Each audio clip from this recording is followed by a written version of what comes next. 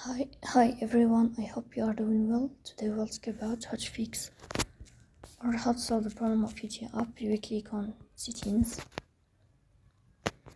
In this page we click on apps, default apps, app settings. On above here we search about Fitia and you will click.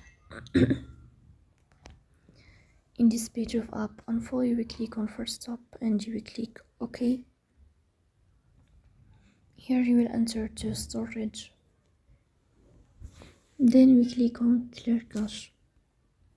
In this page you will turn on your airplane mode and you will turn off your airplane mode again to fix that problem.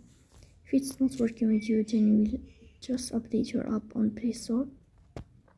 So that's all. Don't forget to support us by like and subscribe. See you next time in another video, and thank you for your watching and your attention.